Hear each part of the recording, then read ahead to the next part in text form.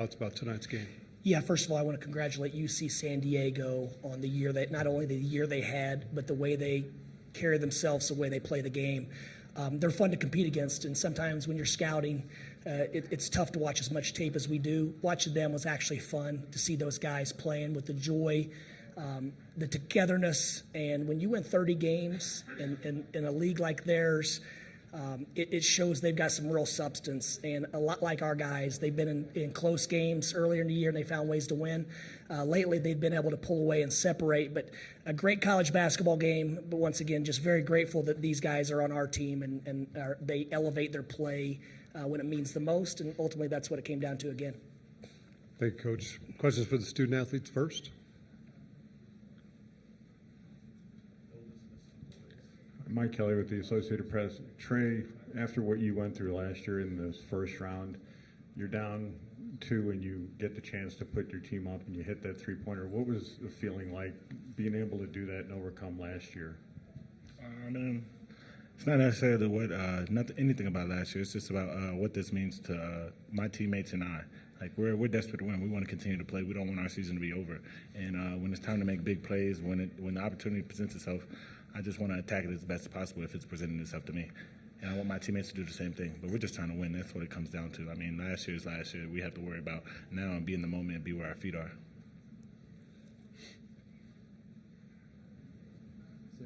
Michigan Daily. Can you guys just talk about the pressure that their defense put on you, the traps at the top of the key, and just what they were doing throughout the game that made it hard for you? This is just something unique, something we haven't really seen much this year. I'm impressed how our guys were able to handle that. The run and jump, we kind of just felt like just to get it to the opposite side and force long closeouts and drive good spacing, and we were going to be able to find our teammates, and I think that's where we thrived. Other questions for our student athletes? Go ahead. I would say their defense is not necessarily like pressure. It's just like chaos, I would say. So, like, it's just about taking care of the ball, ball faking, trying to get them to run and jump because that's what they want to do. When they're running around, flying around like that, gambling, they want to speed you up. And that's something we try to focus on and just continue to take care of the ball as a team. Brainers with the Denver Post. For any of you guys, how do you kind of mentally approach the last 5 minutes or so when the crowd gets loud? For them, almost feels like an away game.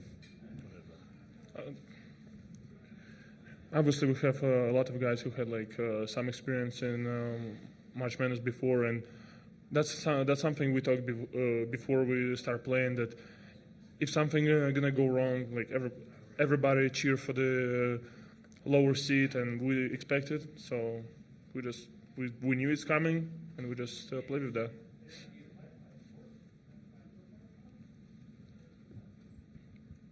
Brian Gillis, SB Nation. Vlad, you had 3 really big rebounds in traffic to end the game. Were you a little extra motivated in that situation to make sure you got those balls? Yes, 100%. I did not want to go home, so you got to do what you got to do.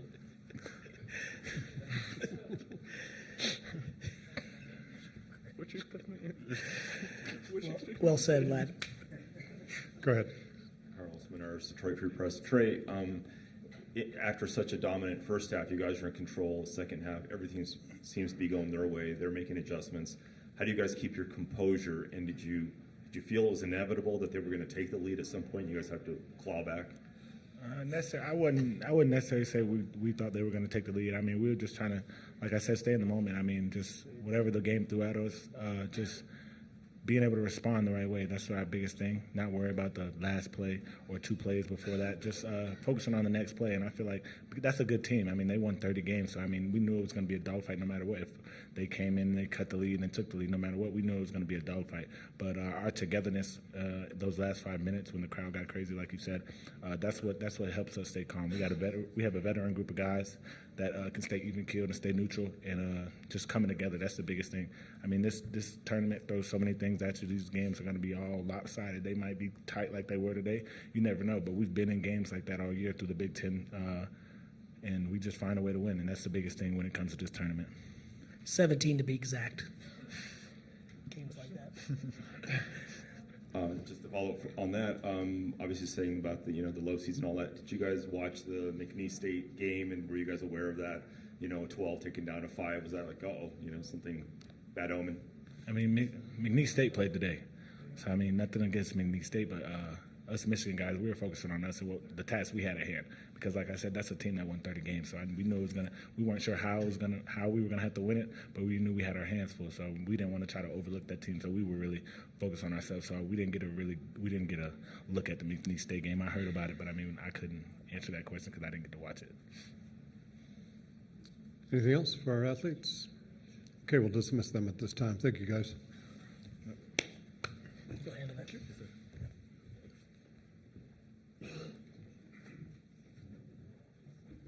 Let's put those in on the questions. Let's go questions for Coach May. Let's go back there first. Go ahead. Mark Zuber, San Diego Union Tribune.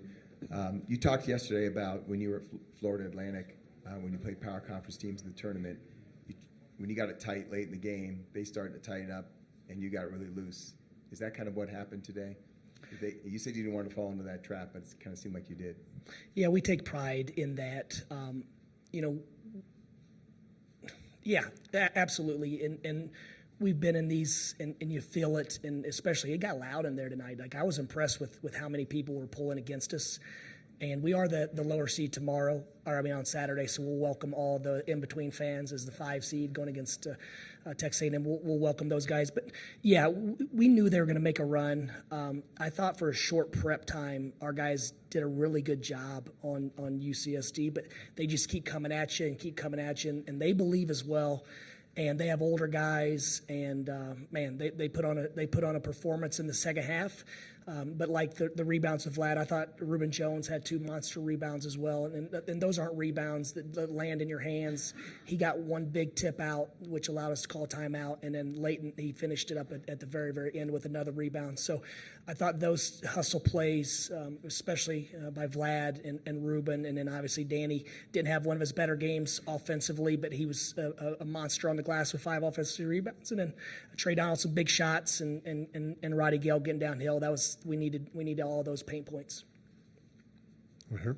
Chris Ballas at the Wolverine. Dusty, what do they do on defense to make it so tough for you guys to get the big men involved down low?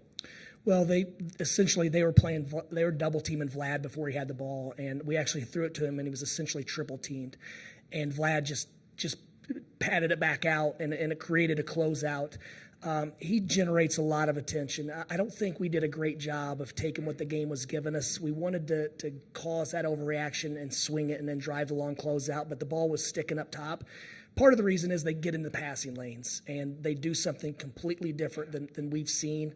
And they're very, very disciplined. And when they do get behind the ball, it's impressive how fast they are to get back and make plays with back tips or scrambling and rotating. So fortunately, we were in South Florida, and there's a coach named Jim Crutchfield at Nova Southeastern, and we wanted to play them the year we went to the Final Four because we thought we might see a souped-up version of that. They press, they're in the passing lanes, they do something different. So it felt a little bit like that, where you can't run your stuff. Every time out, they were running and jumping us, and they're just forcing us to play basketball. So with our case, we don't see that very often, where you're able to just go against a scrambling defense. But they do it well, and it's their togetherness and how they're connected, which makes it ultimately work as well as it does.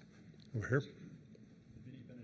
With the Denver Gazette. Dusty, final defensive possession in the game, Danny kind of gets switched out onto an island. I guess, what did you see from him there? What stood out about his ability to challenge that shot? Well, first and foremost, they were calling the play Luka, and I looked at the staff. I said, what action would they be running that looks like the Mavericks? And it was an isolation, I think 3 straight times for number 13, and he made incredible plays. So then we changed our coverage the next time out, and then on that last possession, I thought they would go quick. I for whatever reason, we thought they would try to get a quick 2 with 19 seconds. Obviously, we're taking away the 3. When we got the switch and it got to about 7 or 8, I was trying to signal Danny to foul, but I lost my voice. And he forced a tough shot, and then Reuben finished it with a big-time rebound. Yeah, Dusty, can you just talk, it's obviously very fresh, but can you just talk about how your team reacted in the final 2 minutes, just all the chaos and then the big offensive rebounds? Yeah, it's, I've spent a lot of time in during the year, you don't have a lot of time to reflect and go back and study the data with the film and whatever. But I've spent a lot of time the last 3 or 4 weeks trying to figure out why we're so good in late games. And because we miss free throws, we miss front ends, we didn't finish well around the rim. Usually those things are the recipe, right? And when I think about it, I look at our guys in the last 5 minutes of games, their awareness, their intensity, their determination is heightened at another level. And that's what I guess that was my hypothesis a couple weeks ago, and I've watched it even closer because we're in games like this, it seems like every single game. And so it seems like that's the case. There's no way Vlad should have gotten those rebounds, but his determination to win in crunch time is impressive. And just like Trey Donaldson's big shot, they're not afraid of the moment. And obviously, good players make good plays or whatnot, but I do think the fearlessness and I think a lot of failure comes with simply being afraid of the results, and we're never afraid of the results. We weren't scared to go home today. We were going to come in here and hoop and play our game and trust that would be enough to get it to Saturday. But if it wasn't, we're going to tip our cap to these guys and root like hell for them. Right here. Just an extension on that. Just you mentioned being kind of forced to just play basketball in the last couple minutes. Just what about this team made you feel like they were prepared for that in the last couple minutes? Our team, we have good players, and we got downhill, got in the paint. We have good basketball players, so when they force you to play basketball, you need to be able to make some plays, and credit our guys, they did that. When it got organized, we were pretty good. When we were unorganized, they found a way to get downhill and break down the defense enough times. The 11 for 20 from the free throw line, I think at least 2 or 3 were front ends. We didn't convert some shots around the rim that we typically do. So if you have those back, maybe you have a little bit of margin. But every night's a little bit different for us, and we kind of figured it out. Anything else? We're Dusty, you just mentioned some weird kind of shots that just didn't fall around the glass, and but when this was kind of going their way in the second half and they're building their run, were you happy with the adjustments? And they obviously made their adjustments coming out of the half. Were you happy with the adjustments that you'd made in the second half to get ready for that charge, I guess? I wasn't happy with our execution. We did some things that we went into this game that we're not going to do. And we didn't say we're not going to do this, but this is how we're going to attack it. And we got away from that. And then the wheels start turning. But LJ Kaysen had 2 wide open threes without a guy within 10 feet of him. They didn't go in. Those are the shots we want to get. And so defensively, we lost our edge when the shots weren't going in. I think that's a little bit of human nature as well. But credit them. They made good adjustments. They forced us to continue to make plays, and we didn't convert on any of our 3-on-2s. And I think it's a reason because they do it better than most because they never quit on a play. And so you think you have a 3-on-2, but that 3-on-2 is gone in about a millisecond because of their effort. And so, I wasn't happy with our adjustments, but I also wasn't happy with the attention to detail compared to how it was in the first half. right there. Coach, sometimes you foul up 3 late, and sometimes you don't. But it looked like you were calling for it late in that game. And what was your view of that last shot? Yeah, they had it with 19 seconds, so it's not our call with 19. And I thought they were going to try to get a quick strike, obviously because they're down, and that didn't happen. So then when we got the switch late, I was trying to get Danny to call it. I don't have my voice, and he couldn't see me. Thank God he was locked into playing defense. He actually forced him inside the line, and then he kind of popped back out. And I thought Danny stayed in his space relatively well. Last question. Brian Gillis, SB Nation. Coach, you started the game really pushing the ball, really pushing the action. Was that a point of emphasis, or was it more of just taking what their defense gave you when the game started? No, it was certainly a point of emphasis, and we were really good at it. It's just a combination of not getting as many stops, and when they're getting a second and third shot, and then they're getting to the free throw line and things like that, we just don't have the same flow that we do when we're at our best. But our defense has been really, really sound, and to be honest, and most of their, other than our few turnovers, most of their 38 points in the second half were hard-earned, tough baskets, and we tried to force them to play one-on-one and stay at home on their shooters, and they were able to do that. Fortunately for us, Tate Jones he played in foul trouble most of the night, and I thought we did a nice job of defending him one-on-one. I do think our size helped in that regard, but overall, we want to play fast, and we wanted to try to get to their legs, and we thought that would affect the three-point shooters. Okay, thank you, Coach. Thank you, guys.